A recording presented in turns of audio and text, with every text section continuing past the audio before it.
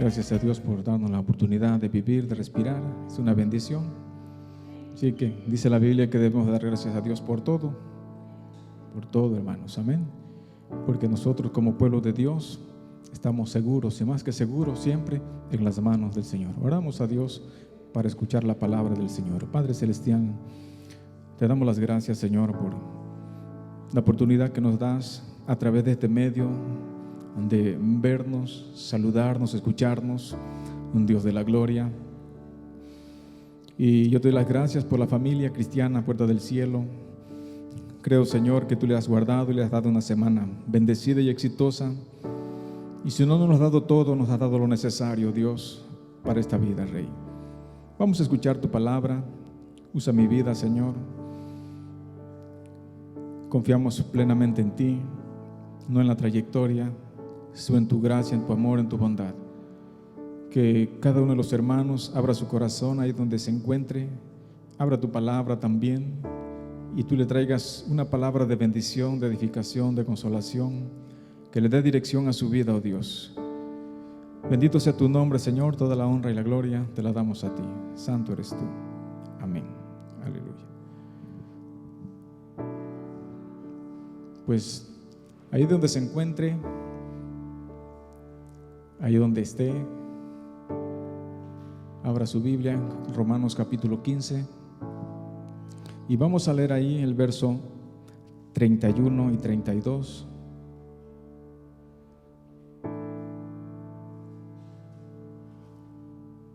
Es el momento de dejar todas las actividades como María y sentarse a los pies de Jesucristo para escucharle. Amén. Y esa bendición de escucharle jamás se nos será quitada. Jamás. Si en la eternidad algo tendrá peso, es el momento que pasamos en la presencia del Señor. Romanos 15, versos 31 y 32, dice así la Escritura. 30, 31 y 32, hermano. Sí. Pero os ruego, hermanos, por nuestro Señor Jesucristo y por el amor del Espíritu, que me ayudéis orando por mí a Dios, para que sea librado de los rebeldes que están en Judea, y que la ofrenda de mi servicio a los santos en Jerusalén sea acepta, para que con gozo llegue a vosotros por la voluntad de Dios, y que sea recreada juntamente con vosotros. Quiero tener por tema en esta reflexión, hermanos, la petición de Pablo. Pablo aquí hace una petición, dice en el verso 30, pero os ruego, hermanos, por nuestro Señor Jesucristo. Fíjense cómo se dirige. Les ruego, hermanos, por nuestro Señor Jesucristo y por el amor, dice, del Espíritu Santo que mora en nosotros, dice, que me ayudéis, dice, orando por mí a Dios. Siempre la oración va a ser una ayuda. Es bueno pedir ayuda. Pablo estaba pidiendo la oración de unos hermanos que no conocían, los hermanos de España. Los hermanos de Roma. Él escribe carta de los romanos. Esta iglesia él no la fundó. Se cree que en Pentecostés vinieron de ese lugar, escucharon la palabra de Dios y se fueron, como el etíope, ¿verdad? Que vino también a esa actividad. No entendía la escritura, pero Felipe se la explicó, pero venía de Jerusalén de ese día de Pentecostés. Entonces Pablo pide oración por los hermanos de España. Él no los conocía, él no había fundado esa iglesia, pero esto nos enseña un principio maravilloso: cómo podemos orar unos a otros sin conocernos, hermanos, ¿verdad? Hay millones y millones de hermanos que no conocemos en todas partes del mundo, pero que estamos orando, como dice el Señor, unos por los otros, y que la oración es una ayuda, dice, ayúdenme a orar, dice, se los ruego, dice, por el amor de Cristo, por el amor del Espíritu Santo, dice, ayúdenme a orar.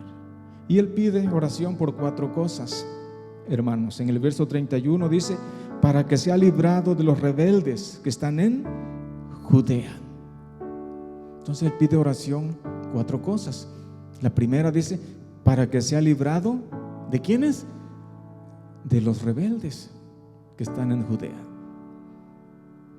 ¿Sí? ¿Quiénes eran esos rebeldes de Judea? Bueno, ellos eran como en su momento fue el apóstol Pablo.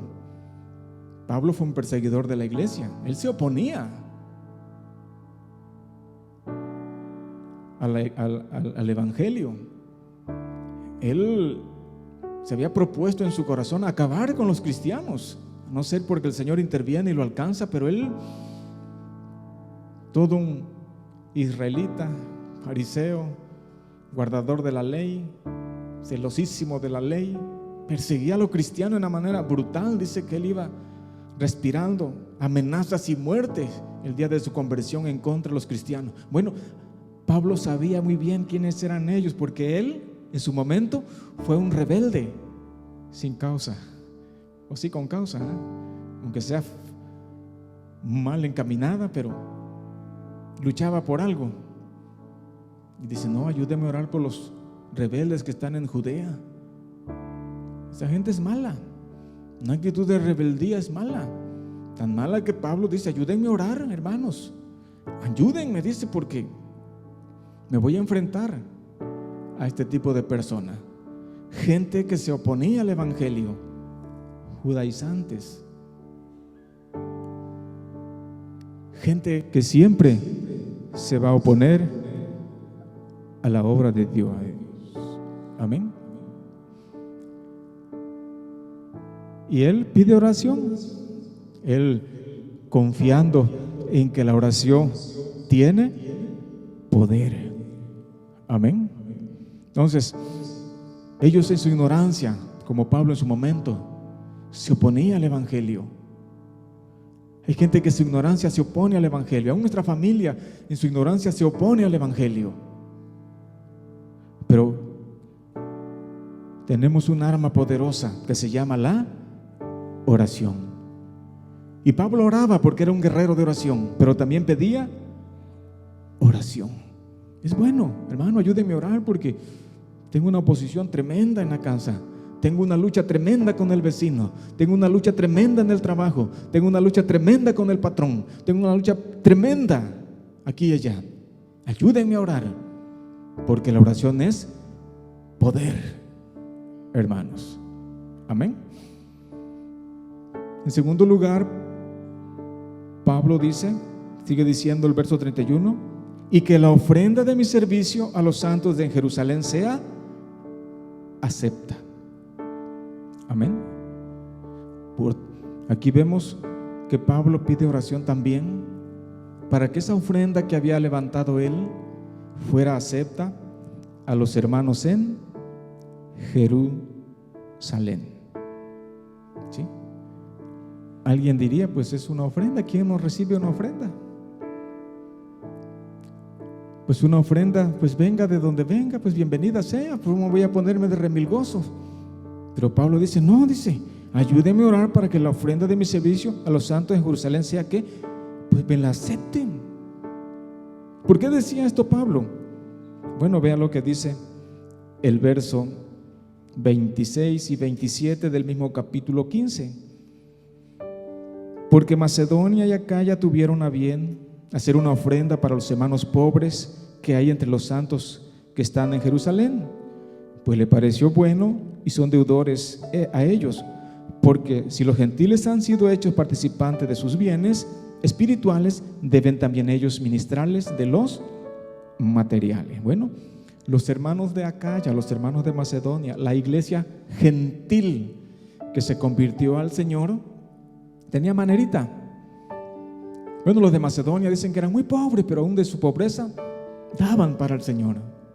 A lo que voy es esto: los hermanos en Jerusalén eran judíos y había todavía ciertos perjuicios raciales acerca de los gentiles. Para un judío, un gentil no significaba nada. Para un judío, un gentil, recuerdan las palabras que le dijo el Señor Jesús a la cananea cuando vino pidiendo ayuda: socórreme, que mi hija está endemoniada. Jesús le dijo, bueno, no es bueno darle la comida de los hijos a los perrillos. Pero ¿cómo responde sabiamente? Sí, mi Señor, pero aún los perrillos comen de las migajas que caen de la mesa de sus señores. Así, y todavía Jesucristo nuestro Señor condesciende a esa palabra, hacerla un poco menos dura, porque se le consideraba así, perros de basurero. Jesucristo ahí cuando dice perrillos se refería a los de casa, a los domésticos que están ahí, pero como se dirigían los judíos a los gentiles, eran perros buscando comida en los basureros. Entonces todavía había ese detalle. Por eso Pablo dice: ayúdenme a orar para los hermanos en Jerusalén que habían caído en una pobreza tremenda, me reciban esta ofrenda. No sea que con tanto esfuerzo la llevamos, tanto que ha costado recogerla, irla transportando, guardarla para que nadie nos la robe, para que a la mera hora nos salgan con: si es de los gentiles, no queremos nada. Amén. Fíjense, hay gente cristiana y no cristiana que si se le ofrece ayuda se molestan. ¿Sí? Siempre hay un orgullo. Yo aceptando ayuda de esa persona, si es mucho más inferior que yo, si yo soy el profesionista, cualquiera que sea, el gran acá. Pero la vida da muchas vueltas. La vida da muchas vueltas. Y uno nunca sabe, por una cosa o por otra se puede venir a pobreza. Hay gente que por una mala administración o lo que haya sido, eran ricos, eran pudientes y llegaron a pobreza. Tus hermanos habían caído en la pobreza y todavía se ponían de remilgosos. Como hay gente que si le ofreces ayuda se molestan. Como dice el dicho: el hambre me mata, pero el orgullo me sostiene. Amén. Por eso usted, si le ofrecen una ayuda, no se moleste, acéptela. Amén. Gloria a Dios. Bendición. Amén. Entonces Pablo pide oración para los hermanos que están en Judea, que eran muy pobres pero judíos, recibieran esa ofrenda de los hermanos y de los predicadores gentiles, porque había ciertos prejuicios todavía raciales. Ya el Señor había hecho la obra, ya le había dicho a Cornelio, a Pedro allá con aquel evento de Cornelio: yo ya he limpiado todas las cosas, delante de mí ya todos son iguales, no hay judío, ni griego, ni gentil. Todo aquel que se arrepienta de todo corazón, de cualquier parte del mundo y de cualquier nacionalidad, recibe el perdón por esa gracia bendita del Señor. Amén. ¿Qué más pide el apóstol Pablo en oración? Verso 32: para que con gozo llegue a vosotros por la voluntad de Dios. Pablo también pide que lo ayuden en oración para que llegue con gozo por la voluntad de Dios. ¿Sí? Creo que parte del gozo del apóstol Pablo era que le recibieran esa ofrenda. Parte del gozo de Pablo era que el Señor lo librara de los rebeldes. Siempre esas actitudes de rebeldía, de no querer recibir esa bendición, quererse más, no ayuda, no motiva al gozo, hermano.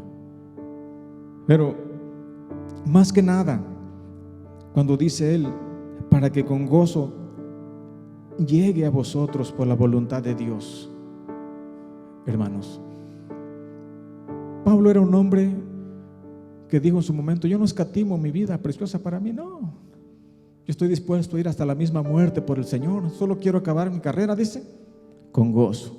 Nada de ahí con una cara de tristeza, de amargura, si esta es la vida cristiana, de puras persecuciones y problemas. No, yo quiero terminar mi carrera con gozo. Pero la clave está por la voluntad de Dios.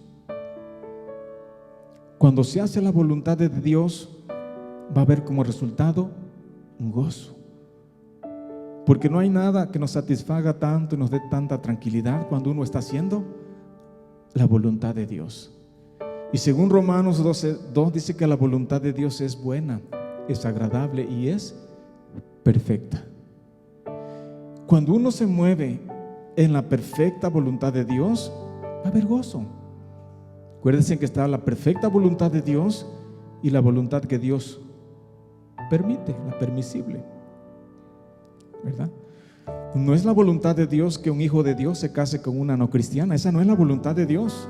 La perfecta voluntad de Dios es que sean en yugo igual, de la misma religión. Pero ¿cuántos matrimonios no hay mixtos así? Ya conociendo al Señor. Esa no fue la voluntad de Dios. La voluntad de Dios está muy clara en la palabra: no os unáis en yugo desigual con los infieles. Pero ¿acaso Dios, cuando ellos por lo que sea decidieron unir sus vidas, impidió al Señor? No, los dejó. El Señor no los detuvo, no, los dejó.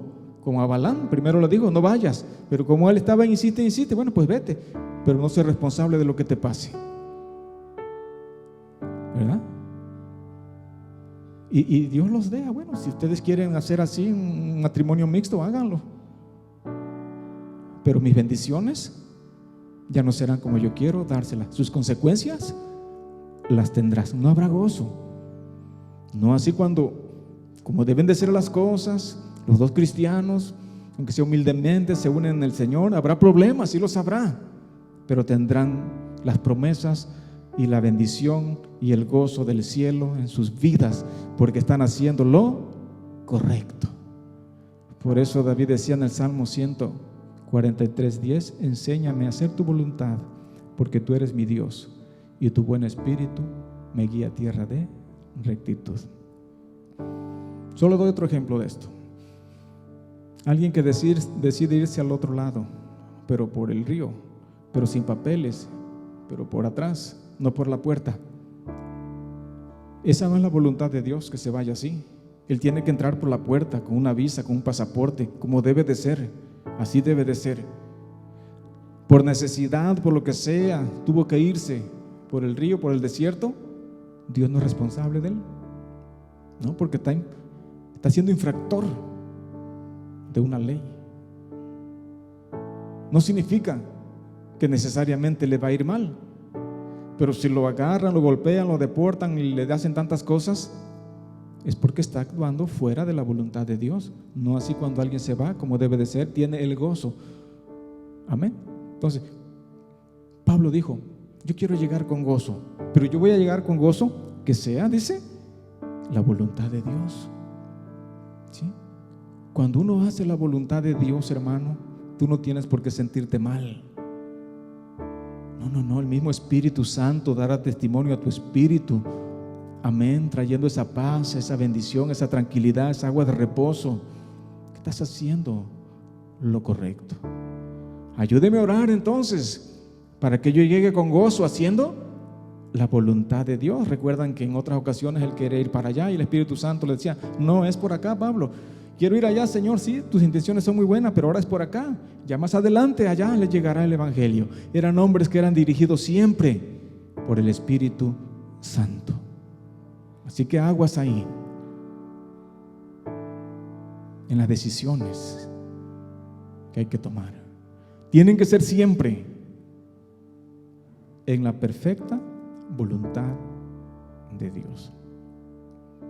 A mí me han dicho y me han ofrecido otros lugares para pastorear, otras iglesias para pastorear. Hermano, te invitamos a ser parte del equipo de trabajo de este distrito por acá. Ya salte del puerto, has estado siempre en el puerto. ¿Qué no te choca estar en el puerto? ¿Qué vas a platicar después? Que siempre tu pastoreo fue en el puerto. Así me dicen.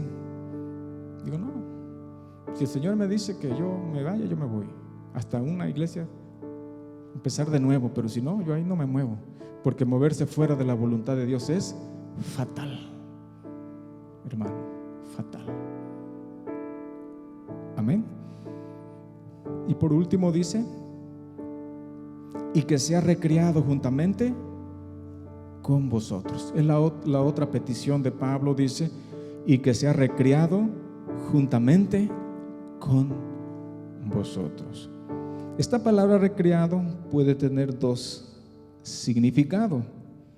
Según el contexto del mismo capítulo, del mismo libro de Romanos, capítulo 1, versos 10 al 13 dice, Romanos 1, 10 al 13 dice, rogando, dice, que de alguna manera tenga al fin, dice, y otra vez dice, por la voluntad de Dios, dice, un próspero viaje para ir a vosotros, a los hermanos de España, porque deseo veros, dice, yo quiero verlos, dice, para comunicaros algún don espiritual, a fin de que seáis confirmados. Esto es, para ser mutuamente confortados por la fe, que nos es común a vosotros y a mí. Pero no quiero, hermanos, que ignoréis que muchas veces me he propuesto ir a vosotros, pero hasta ahora he sido estorbado, para tener también entre vosotros algún fruto que entre como entre los demás gentiles. En este contexto, cuando dice, y que se ha recriado juntamente con vosotros, amados hermanos, por un lado significa un don, un fruto, que es compartir, impartir, distribuir, conceder. La palabra también implica liberalidad y generosidad. Entonces yo quiero recrearme, yo quiero llegar, pero ser de bendición, dice. Yo quiero recrearme, compartir un don, un testimonio, una experiencia, orar por ustedes, compartirles la palabra de Dios. Pero quiero que sea la voluntad de Dios, dice. Y muchas veces he sido estorbado, dice. Aguas ahí, porque a veces sí es la voluntad de Dios, pero hay estorbos. Hay estorbos.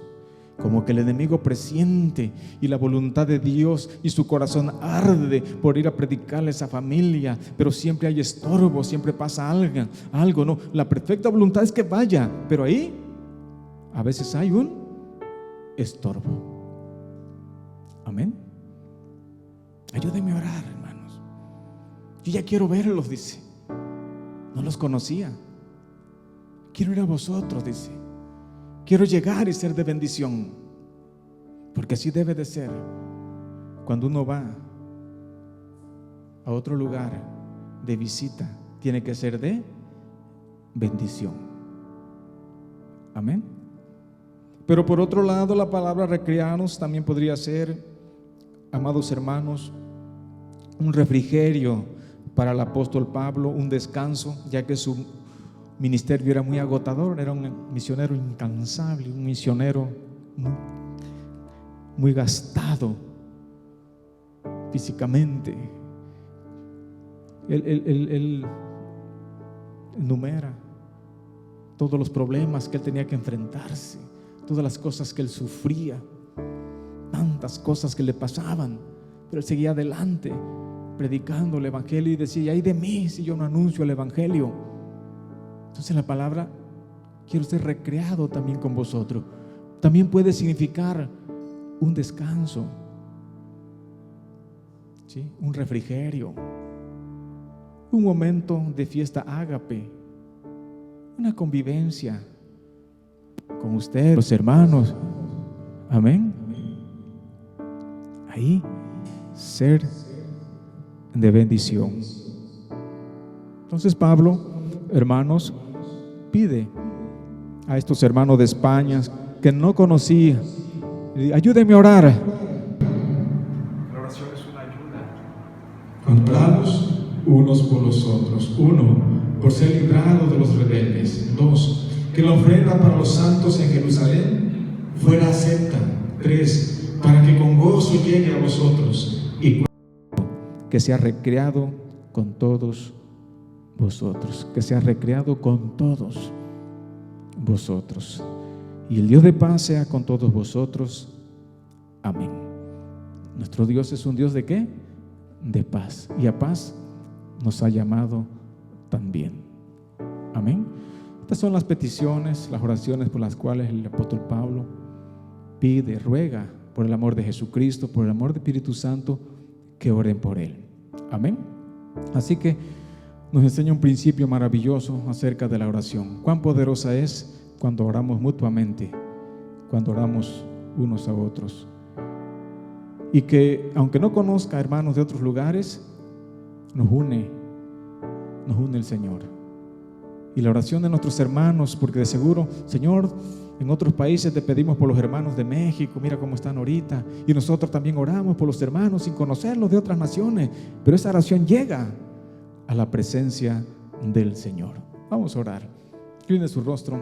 Damos gracias a Dios por esta reflexión. Padre Celestial, damos las gracias, Señor, por esta maravillosa reflexión de tu palabra.